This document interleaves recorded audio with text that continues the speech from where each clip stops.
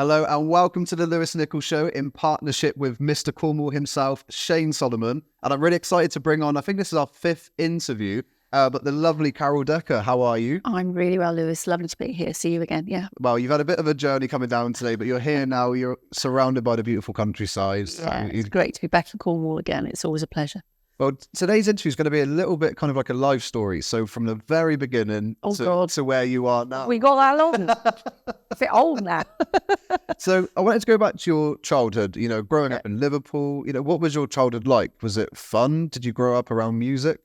I did. So I was born in Liverpool, as was my brother, but I did leave when I was 7. So I'm what they call a blown away Scouser. I mean, I've still got lots of family up there. But when I was 7 years old, my father, who was in the supermarket business by then, he got a job in a little company in Shropshire, a little town called Wellington. So we moved from I don't remember being unhappy, but we weren't very well off. We were in a council flat. And prior to that, I know we were evicted onto the street when my dad was at work. My mum was evicted onto the street because we got behind with the rent. I was about 4, my brother was about 2, and they just chucked her onto the street. So we had to go to my grandma Decker's. And I read about that. Yeah, it's the God's honest truth. So times were tough then, and I have a vague recollection of it actually, of the upset. But I was very young at the time. But I think I remember it, unless it's a false memory. But I think I remember it. So 7, when I got to 7, my dad, who's worked really hard, put himself through night school to get sort of some business acumen. He got offered a job as the fruit and veg manager in this little supermarket. And we bought a house, and it was a 3-bedroom, semi-detached house on a housing estate in Wellington, in Shropshire. And I remember it wasn't finished. So the lawns weren't finished. So the front lawn was all mud and the back lawn was all mud. We had to do that ourselves. And the building site was still at the end of the road. And they just used to chain up these wooden gates at night and go off and leave the tractors and the diggers and we all just used to climb over, and we were, talk about health and safety, we were just like balancing on saws and all sorts of stuff, But I remember helping my dad with the garden, and we had to dig and really turn the soil over because he was going to have to lay the lawn. And like a lot of kids around about that age, you've got this fascination with dinosaurs, around about 7, 8. And I was convinced I was going to find a T-Rex head in the garden. And I used to picture the local paper, the Shropshire Star, local girl finds T-Rex in garden. It was a huge fantasy, so lay in bed thinking about it. Didn't find one.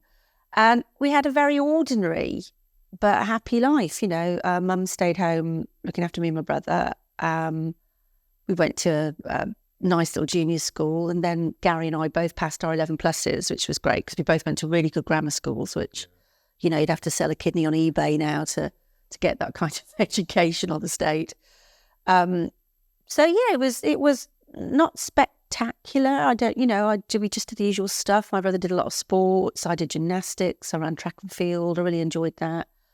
And then, by the time I was 12, we were having our first holiday abroad. We went on a package holiday to Malta. Nice. So things went from being really bad, chucked out on the street, to, we were off to the sun and enjoying ourselves. But my dad worked really hard to do that. And my mum, me and my brother were the focus of her life. So, we really had a solid sort of home life as well.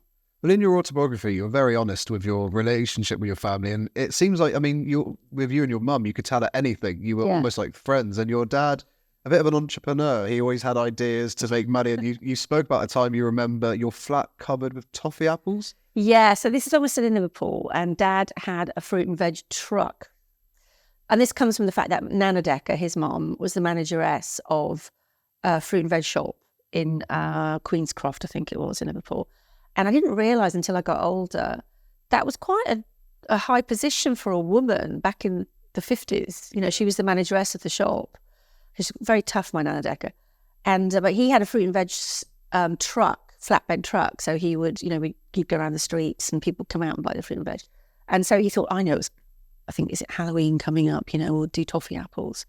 So he bought all these trays and he covered every conceivable surface in the flat, all the sideboards, the draining board, dressing tables, probably the top of the toilet.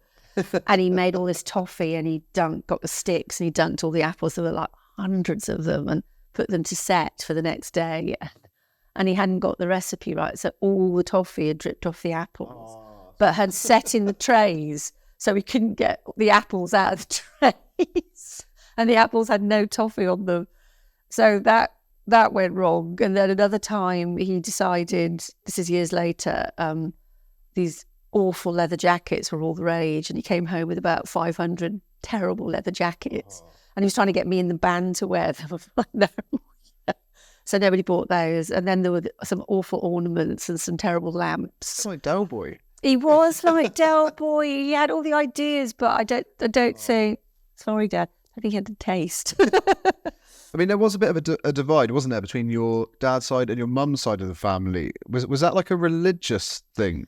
It was religious, cultural thing back then. Again, I can't lay claim to fisticuffs or things being said to people because I was very young at the time. But my mum was Catholic, and my father was C of E Protestant, and that was a big deal back in Liverpool. Then they didn't have a lot in common, and my dad's family were called Catholics left footers for some reason. I don't know why they were called that.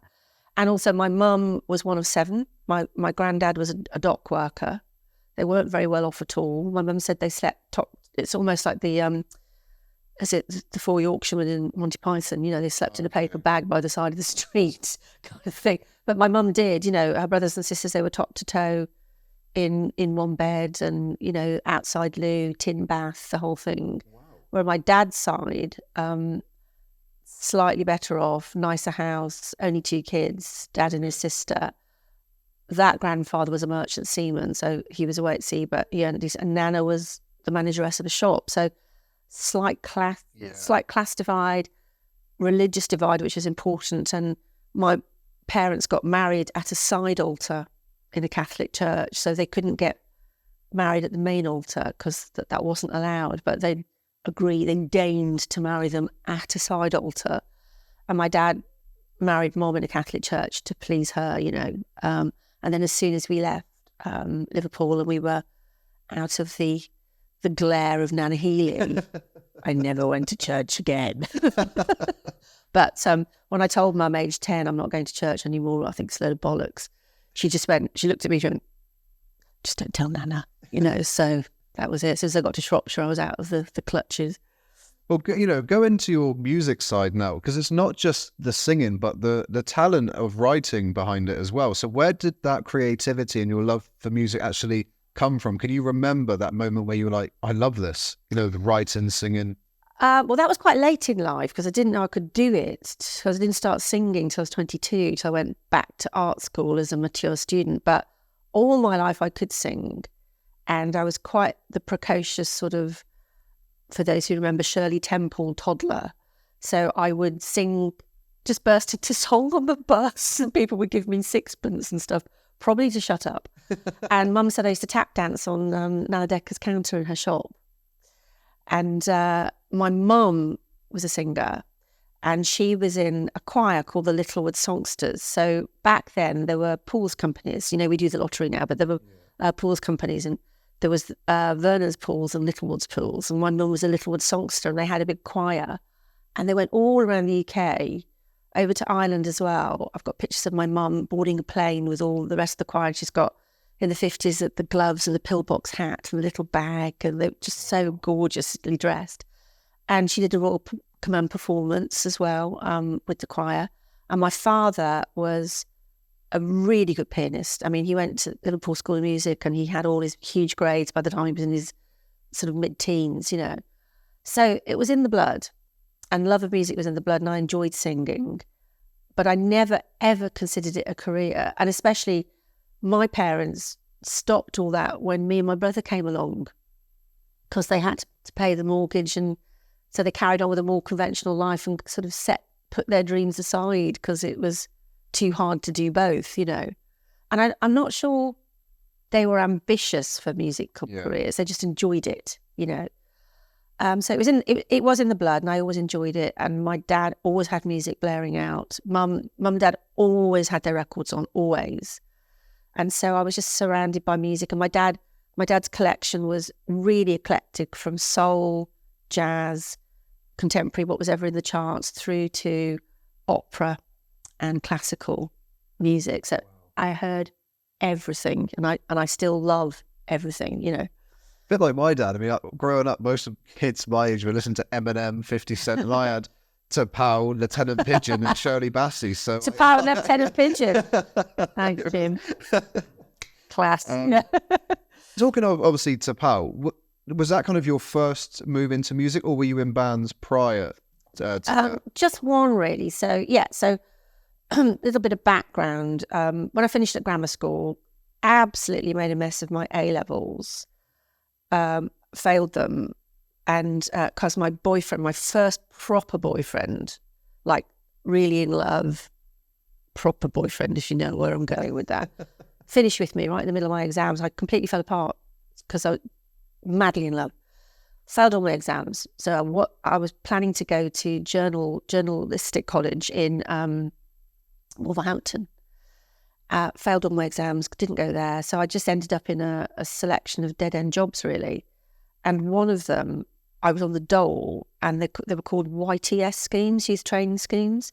And I was put with another friend of mine, also on the dole, on a creative team at the Ironbridge Gorge Museum, working with the art department. So I was a complete grunt. I was given the job of making like 2,000 tiny little bricks that had to be stuck on the side of this smelting building or something, you know. Fantastic museum, still there, still is. And my friend said, I really love this. I think I'm going to go to art school. And I'd been okay at art, actually, at O-level. So I thought, I'll do it too. So I cobbled together a terrible portfolio, kind of blagged my way in.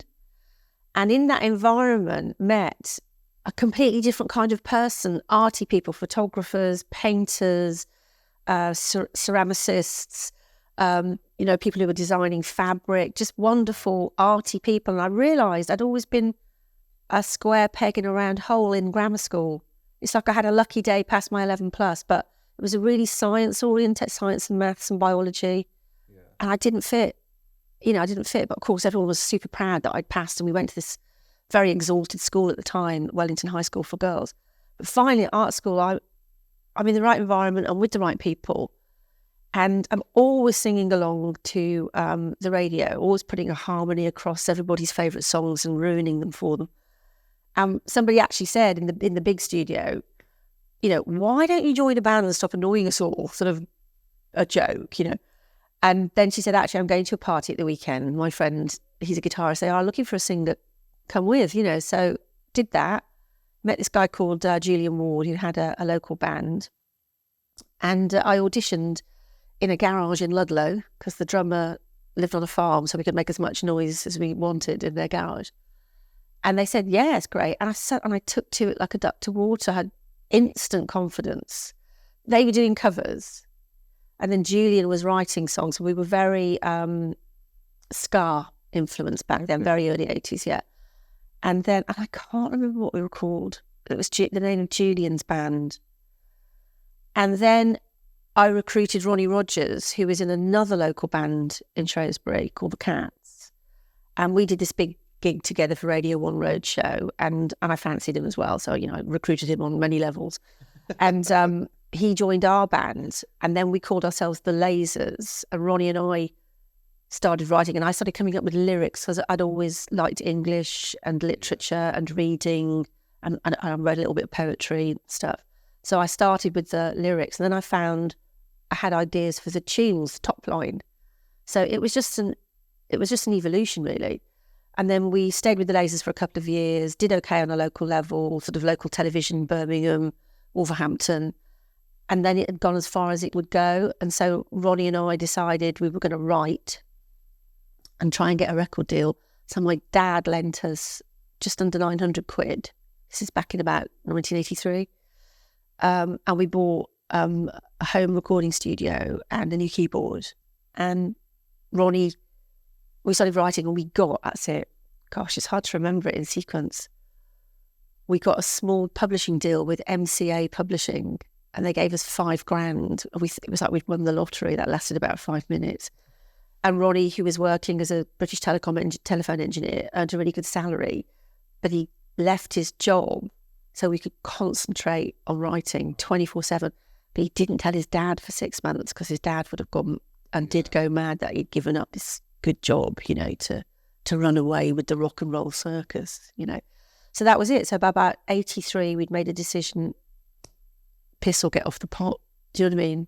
So packed in jobs, focused, but it was a good few years before we got a record deal. So it was very touch and go at times financially. I was always tapping my dad up, Well, that was the thing, because I was actually looking, it was 1987 where kind of your chart success came with Heart and Soul, but it didn't actually do initially well here in the UK, but well in America. Ooh. And it's normally the other way around for people. People break it in the UK and they want it. So what was that like for you to not at the time make it here, but then in the States you're in the chart? Well, we released Heart and Soul, I think it was early 87, and it went into the top 100 and straight back out again.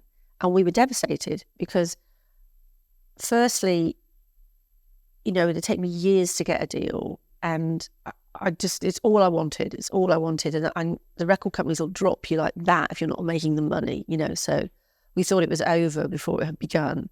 And the record company had been arguing with our producer, Roy Thomas Baker. They didn't like the mixes, and Roy was up digging his heels in and saying, no. And so when it flopped, the record company went, see, it's all got to be remixed. It's all, Fortunately, two things happened. A trendy jeans company at the time called Pepe used Heart and Soul for its cinema advertising campaign. And it got released. We were on Siren in the UK, but Siren was a subsidiary of Virgin, and we were on Virgin Worldwide. So Virgin America really liked it, and they put a big push behind it. And the next thing, it's starting to tickle the airwaves. So Ronnie and I get sent over to America, back to the States, because we did the album just outside of Chicago.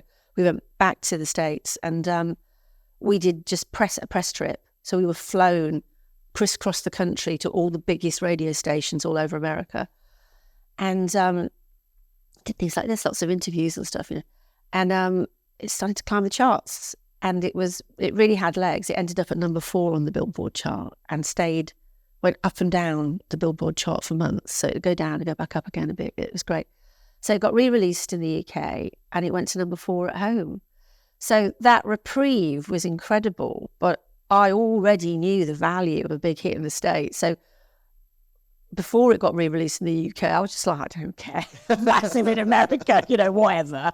But in fact, thank God we had success at home as well, because that is, at the end of the day, it's where you come from. So it does mean a lot, Now it's with streams, and that's how you get in the charts. It's a lot easier now to make the charts, but in the 80s, you had to sell a lot of records to even get where you were. So when you look at it like that, it's incredible to get that far in America. Tremor in Your Hands sold 500,000 as a single.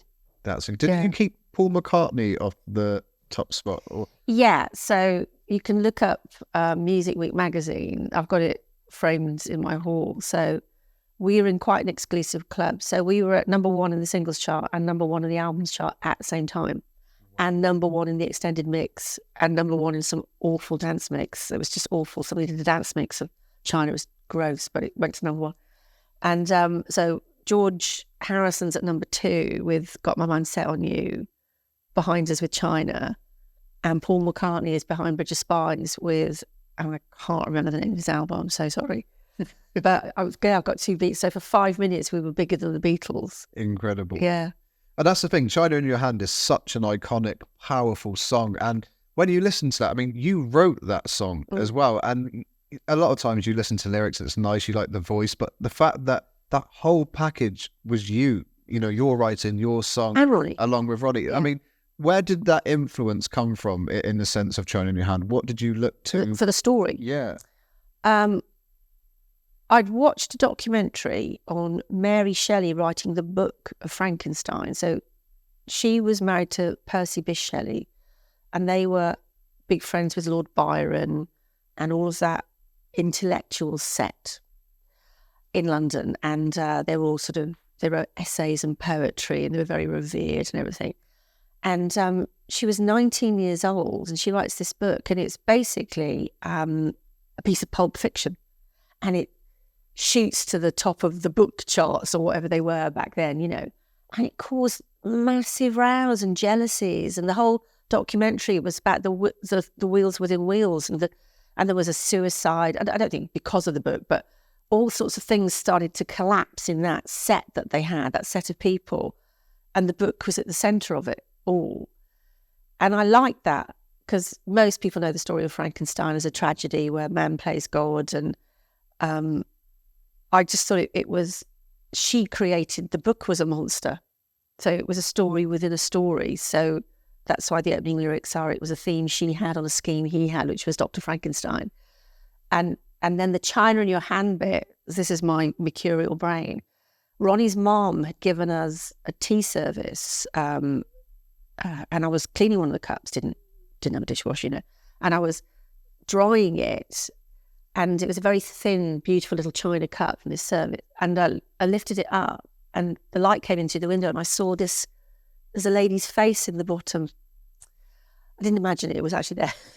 And I lifted all the cups up, and I realised from all these, they might have been Japanese women actually, but it was a china cup.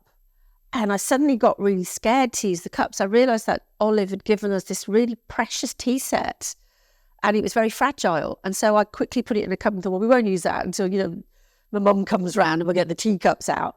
And that stuck in my head for be careful what you wish for. Your dreams are fragile like china in your hand. Boom, boom. You know, so that's where that bit came from. That's incredible. That's what I love, the story behind, because you just wouldn't... Do you think I'm mad? We're coming across as really bonkers. Now I know it's an actual... Well, I thought you meant like the tea stain was a woman's face. No, it was in the pool. It was in the china. I've still got the cup. Got one left, and it's in the cupboard in the cloth bag. So you know when you recorded China in Your Hand and Yeah. you hear the finished version, did you know then this is going to be something? Did you have an inkling or an idea? No, not at all. So China in Your Hand was not written when we got our deal. We were in the studio with Roy Thomas Baker. We got our deal on Valentine, Heart and Soul, Monkey House, Sex Talk. And we were working on one of the tracks that we picked collaboratively. Roy, me and Ronnie and the record company agreed on the tracks because Ronnie and I had hundreds of songs, hundreds. So Rage, our second platinum album, was also, we had all the songs for that as well, you know. So we were working on one, can't remember what it was, and it wasn't moving on from the demo. It wasn't growing at all. We call it polishing a turd. And we still have to stop polishing this turd. You know? And so we dumped the song. So we're a song short. And Roy said, have you got anything else that I haven't heard? So Ronnie and I had started a very basic piano vocal of China.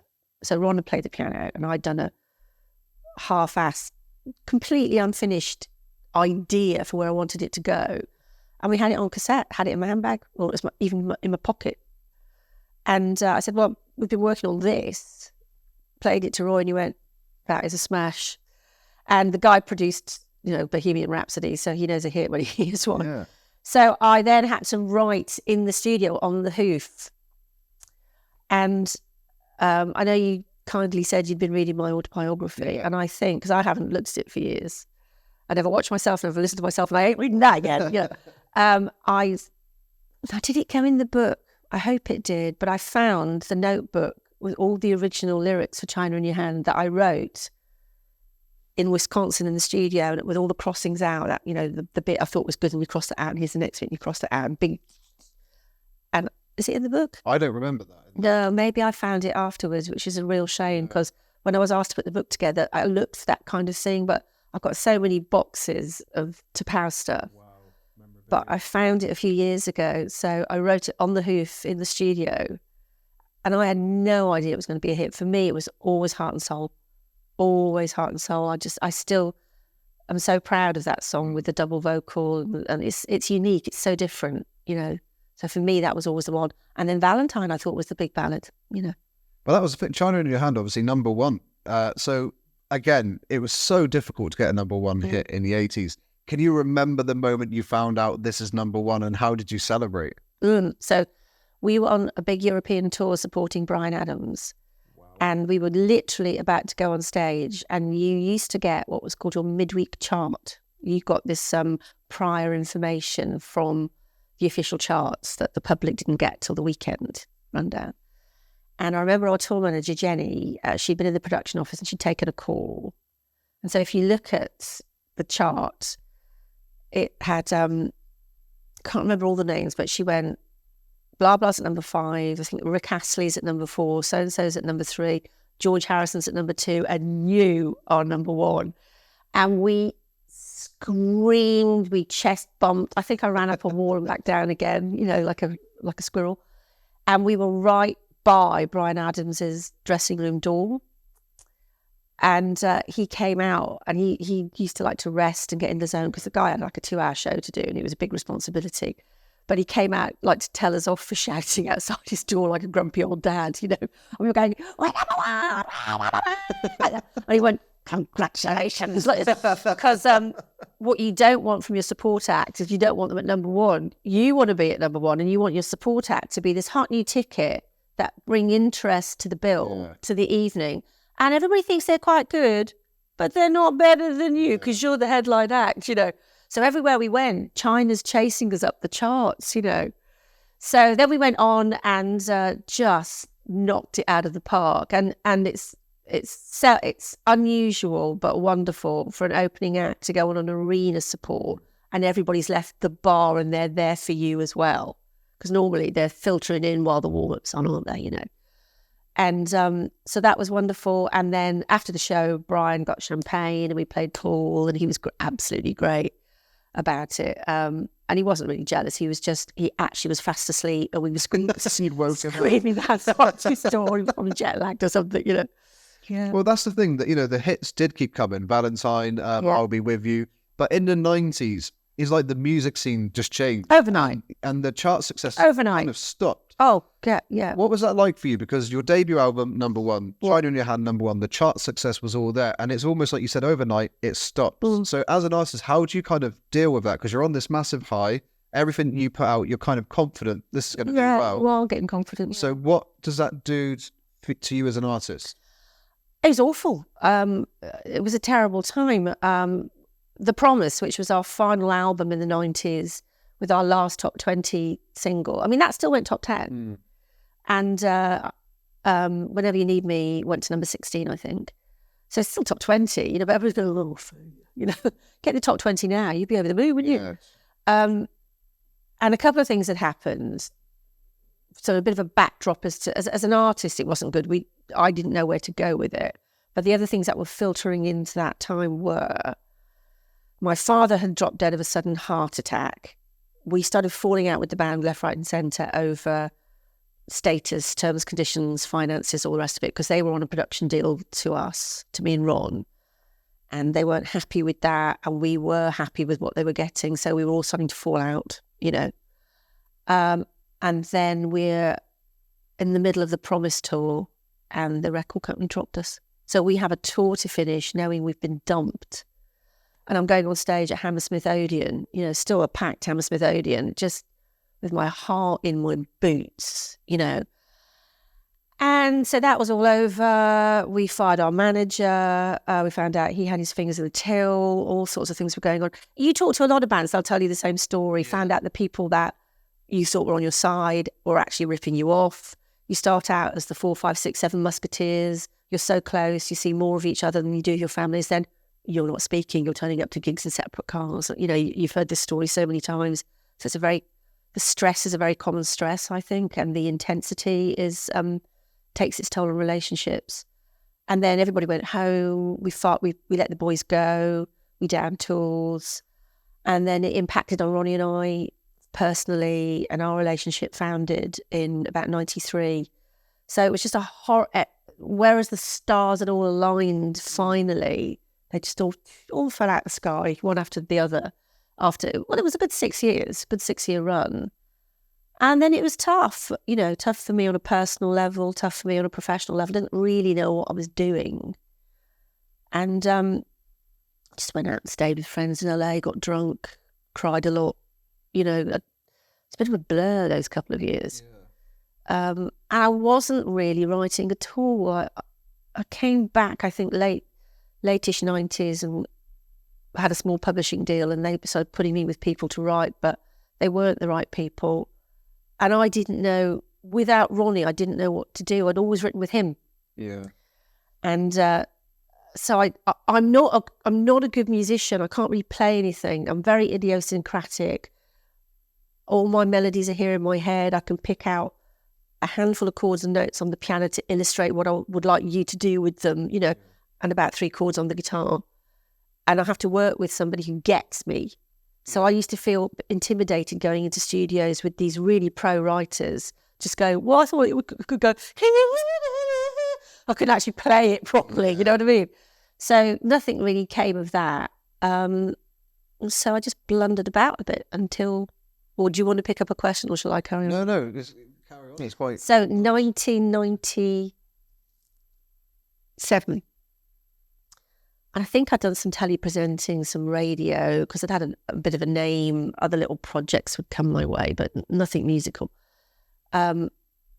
This pub changed hands at the end of my street, and it went from being just a boozer to a really trendy gastropub. So this guy, he ran one of the most popular gastropubs in Primrose Hill. I don't know if everyone's heard of Primrose Hill. You know, all the supermodels live there in the end. It's in the middle of London. So he opens this pub, and all of a sudden, all these actors and musicians and all come to this crappy boozer 25 yards from my house. Amongst those people was this chap called Will Ashurst who recognised me and started up a conversation. I think I was propping the bar up on my own. It was just terrible. Pity no mates.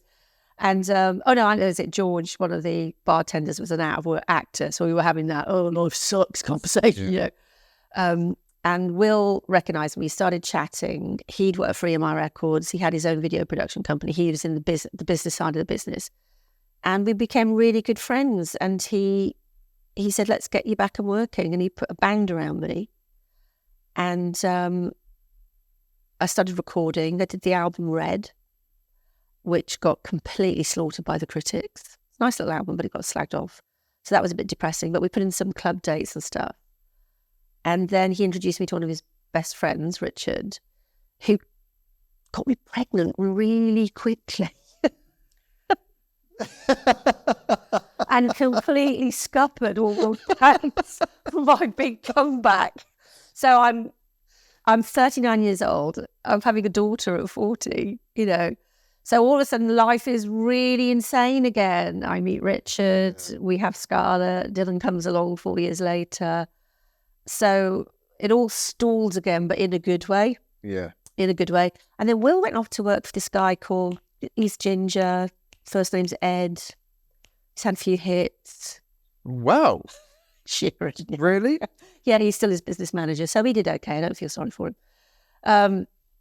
Yeah, and then cut to 2001, I get a call from an agent. Would you like to go on an 80s package tour of all the big arenas that we were selling out in our heyday? And it was Paul Young, Kim Wilde, Go West, Pow, China Crisis. And haven't stopped since. The whole 80s live thing is insane, you know. I love them. But I wanted to actually talk about your kind of more recent music because you're still making music. And, you know, my dad was showing me some of the ones that he likes. And it just feels like now you kind of haven't got that pressure. You can do it on your terms, you know, as an artist and have that freedom. Do you feel that now, that kind of no pressure, I'm doing me, my terms? Yeah. And so Ronnie rejoined the band 2013. So I've been writing with Ronnie again for years. And so that's who I'm writing with again and where I just feel most comfortable, really. Although he's really annoying. And he finds me annoying. I leave the studio, go from Wales back home and go, don't touch the mix. And he stays up till 3 o'clock in the morning with some whiskey and completely messes with the mix and sends it to me. And I go, I fucking hate her. Can you leave it alone till I get back? You know? So writing with Ronnie, and it is great. It's lovely to be able to do what you want. One of the tracks your dad was saying he loved, which is World on Fire, that was my take on a lot of the stuff that was happening in the world 18 months ago. And I had all original BBC set up to play it, and they wouldn't play it because it was my commentary on politics, BLM, trans lobby, all that kind of stuff. You know, it was just, I wasn't judging. I was just, it's about the turmoil. It's all how people have been pitted against each other. And that was all, can't go and hear that, you know, it might get cancelled. So that was annoying. So that might have got a bit of traction, that song, because it's a lovely song. The downside, I miss the budget that a big label will put behind you. Yeah. Because I'll put a track out and it'll go on my Twitter, Facebook and Insta. And you've just got to hope that people see that. Whereas in the old days, you know, they'd put a massive marketing budget behind you and you'd get booked on all the big TV shows and people would know you were around. So I'll be completely honest, I still really miss that. But we can still make music. We can still put music out and kindly people still come to see us. So it works on a slightly smaller level now, but it still works. Well, I'm going to jump all the way back to 2005, and you took part in like a TV show, Hit Me Baby, One More Time. So it's people that kind of had big chart success in the 80s, 90s. They come back on, perform their songs, and you actually made it to the final. What did you think when they came to you about the show and the concept? What was your initial thoughts? Were you reluctant to take part? I was. It was the start of all that kind of get people who'd had big hits. And was it a slight has-been? Let's see if they can still cut it. So that made me a little bit nervous that I'd be judged as, you know. But fortunately, I could still sing. And I think I came second to Shaking Steve. That's not a bad thing in itself. But, you're not going to get past the Shaky fans. He's got a flipping army out there, you know. But it turned out the show was quite classy. So I did well out of it. And people remembered I was still alive, frankly. And sort of the phone started ringing a bit again. So that's always the risk when you get asked to do these different reality type shows. Will it backfire, make me look a fool? Or will it put my face and name out there again? And the phone starts ringing, you know, so. Have you ever asked to do Strictly or Big Brother or any of those types of shows? I'd love to do Strictly. I'd love to. Big Brother, no. I did take a very reluctant meeting / audition for I'm a Celebrity, Get Me Out of Here. So this is a long time ago. Dylan's 21 now. Dylan was 6 months old. And they asked to see me and I didn't get it. And I've never been so affronted and relieved in equal measure. Because back then, everybody went for each other's throats. Remember, it's all sanitized now. It's really dull because you can't call anybody names or fat shame or any of the fun stuff. So, you know, and one of your future guests, remember, she met her then husband, hopefully one of your future guests, and he was always showing how pleased he was to see her in his very tight little tighty whities. Can't do any of that anymore. But I knew that if you went on that show back then, or Big Brother back then, you had to be prepared to fight with people on screen. And I can stick up for myself when I have to if it's important, but I don't want to be in an environment where you've got to have sharp elbows because you want to win it. Yeah. And you're prepared to take someone else down at the knees because you want to get the screen time and you don't know how they're going to edit it. So I really have this strange admiration for all the people who say yes to those things because I just think they're terrifying, you know. But Strictly I would love. And I did do MasterChef, Celebrity MasterChef. Did you do well? I did really well until I messed up my cheesecake. And then they hoyed me off. What was your reaction? Rich. Yeah. My husband, Richard, is an amazing chef, professional, and he taught me all these incredibly impressive but surprisingly easy to cook dishes. And all my main courses, I was wowing them. And then you have to cook for other chefs and judges. And they were saying, Carol, can we get that recipe and everything? And then when I did the cheesecake, Rich said, okay, cheesecake's great because you don't have to bake it. You chill it. It's no cooking, you know. And it's very nerve-wracking. And instead of putting the required amount of blueberries in the blender with the cream cheese, I put the whole, and it just turned into purple. It's a smoothie, basically, that I couldn't keep on the base, you know. I need to find this. Yeah, and I got totally slagged off. And they went from thinking I was amazing to going, oh, she's rubbish, she needs to go, you know. We've actually touched upon this in a previous interview, but because it's, you know, live stories, I want to just touch upon it again. Was back in, I think, 2011, you've got Amelia Lilly on the X Factor, and she sings China in Your Hand. Yeah. And great cover. Yeah. Goes to the judges' comments. Gary Barlow, out of nowhere, says it's nice to hear that sung in tune for once. Yeah. Now, what was the story behind that? Because it came out of nowhere. Yeah. Even Dermot was kind of like, that was a bit below the belt. Yeah. Were you ever approached to speak to Gary about that? That night. Wow. So they had the Extra Factor, Yes. which was, yeah. So they called me. I learned that because I was on Twitter. So my friend who works in television gave me a heads up. So bearing in mind, my kids were still little then. So I said, oh, Mummy's song's going to be on the X Factor. So we literally had the telly and we had the Pringles and the juice and the wine, and Rich had his beer. We were all ready. And we were watching. I thought she did a really good rendition, you know. She was only 16 or something at the time, wasn't she? And then I waited to hear what the panel had to say. And I thought it was going to be about her. And when he made that comment, it was about me. So I was on Twitter and I had 2 large glasses of white wine on an empty stomach. And I just said, what the fuck's your problem on his Twitter? And the next thing, my phone's ringing off the hook. And you don't realise how many newspaper editors have your number, you know. And yeah, and a friend of mine has been their tour manager. And she said, he's not like that. I don't know why he said that. He's quite a sort of weedy, wussy, doesn't have much of an opinion type person, you know. So anyway, it's a long, long time ago. Sometimes I've wondered, a lot of people do it at karaoke and murder it. And I wondered if he was, did I take it too personally? But I think it was about me. I think everybody else interpreted it as a comment on how I sang China in Your Hand. Did he ever apologise? I don't think he did he? Or did he apologise on Twitter? He apologised on Twitter. Okay. Yeah, but totally uncalled for. His Twitter had an accent. Yeah.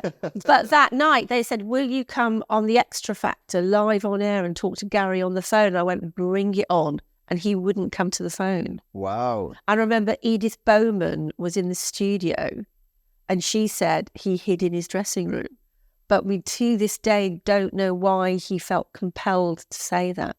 I'm hoping if you ever cross a show, you can ask. We were at a big event one time, but they were on another table and they had loads of security. Not because of it.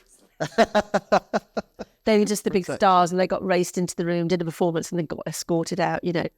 It seems like now you get to do some really cool stuff because I'm a massive fan of the show Benidorm. Yes. I've even been and stayed in a hotel and I'm there watching it and you come in playing yourself. Yeah. Whilst the late John, who played Boise, you know, he was singing China in Your Hand, murdering the song. How did that opportunity come about, that kind of cameo? The producers got in touch with me and said, we're going to feature the song.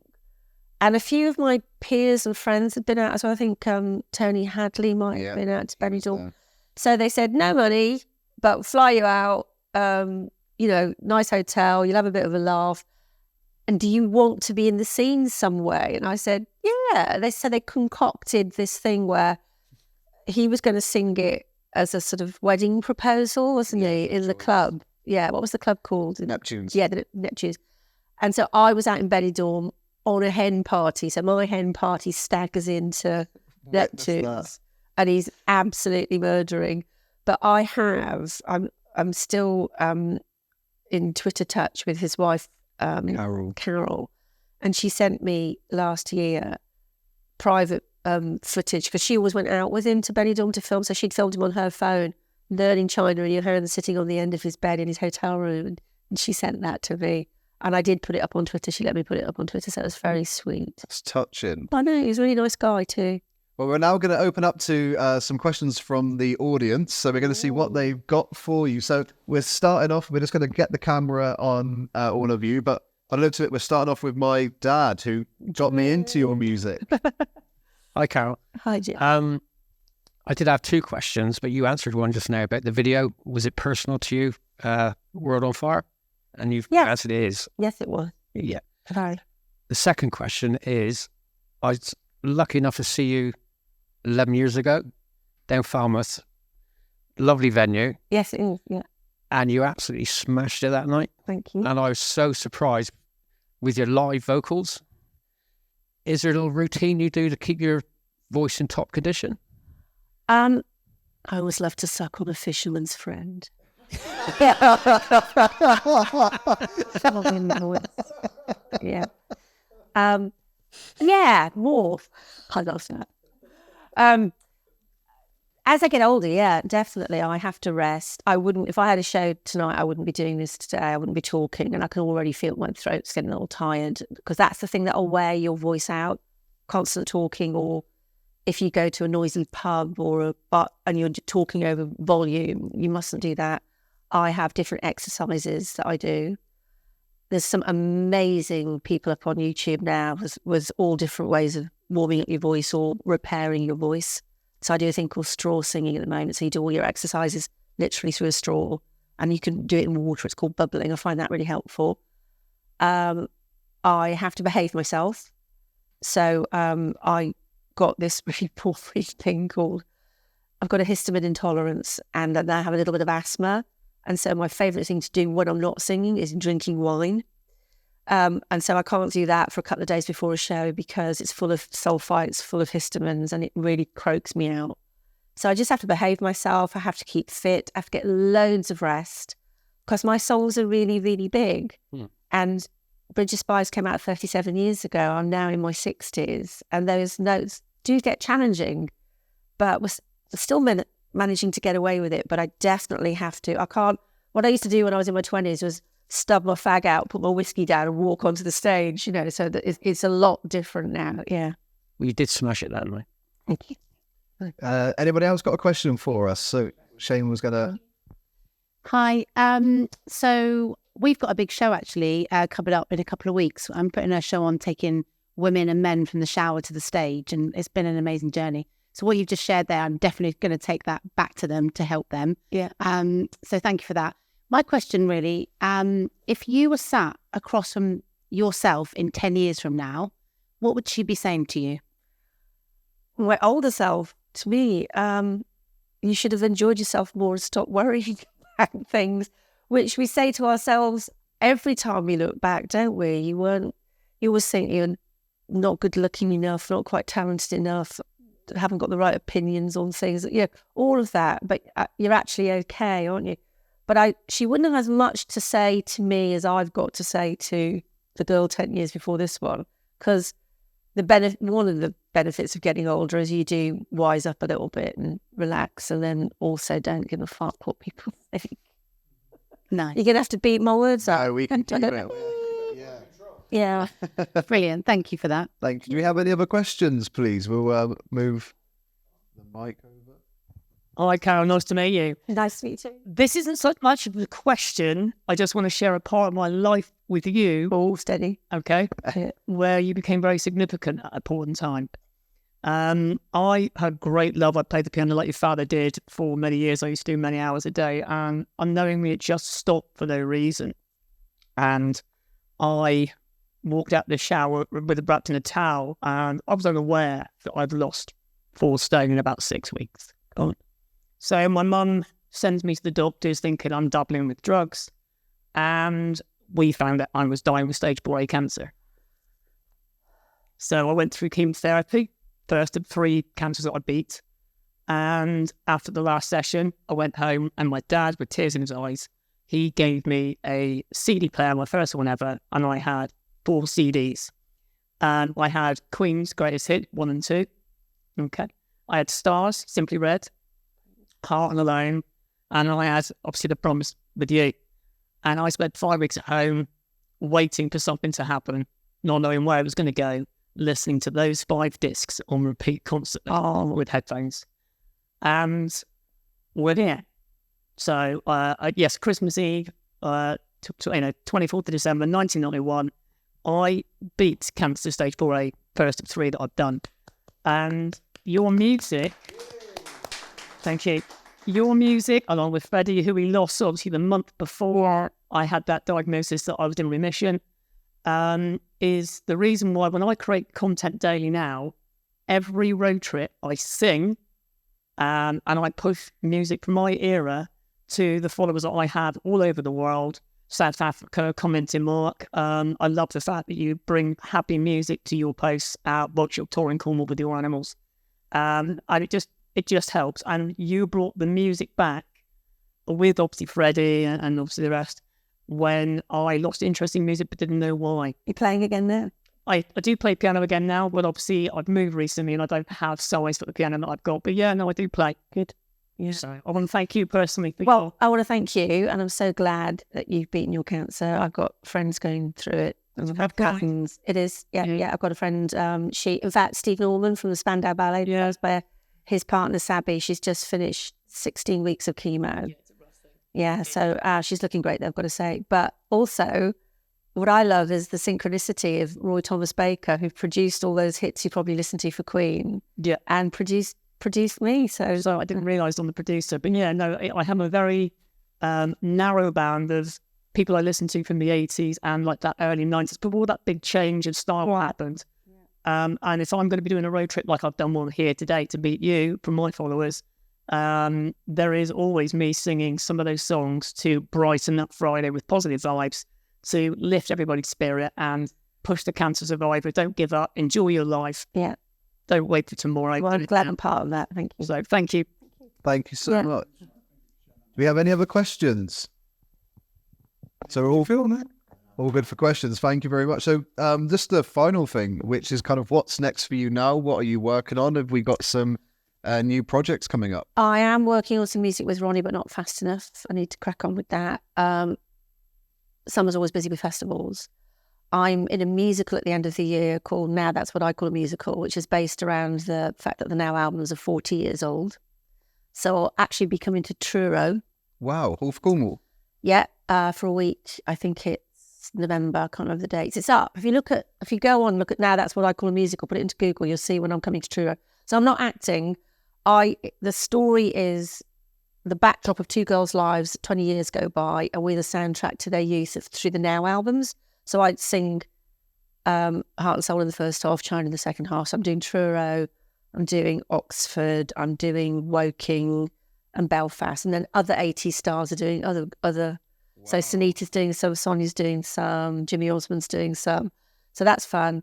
Going on tour with Sophie Ellis-Bextor and the Human League for about 6 or 7 arenas in December. Wow. And then already booking up for 2025 different gigs, a cruise going, I think, out of LA.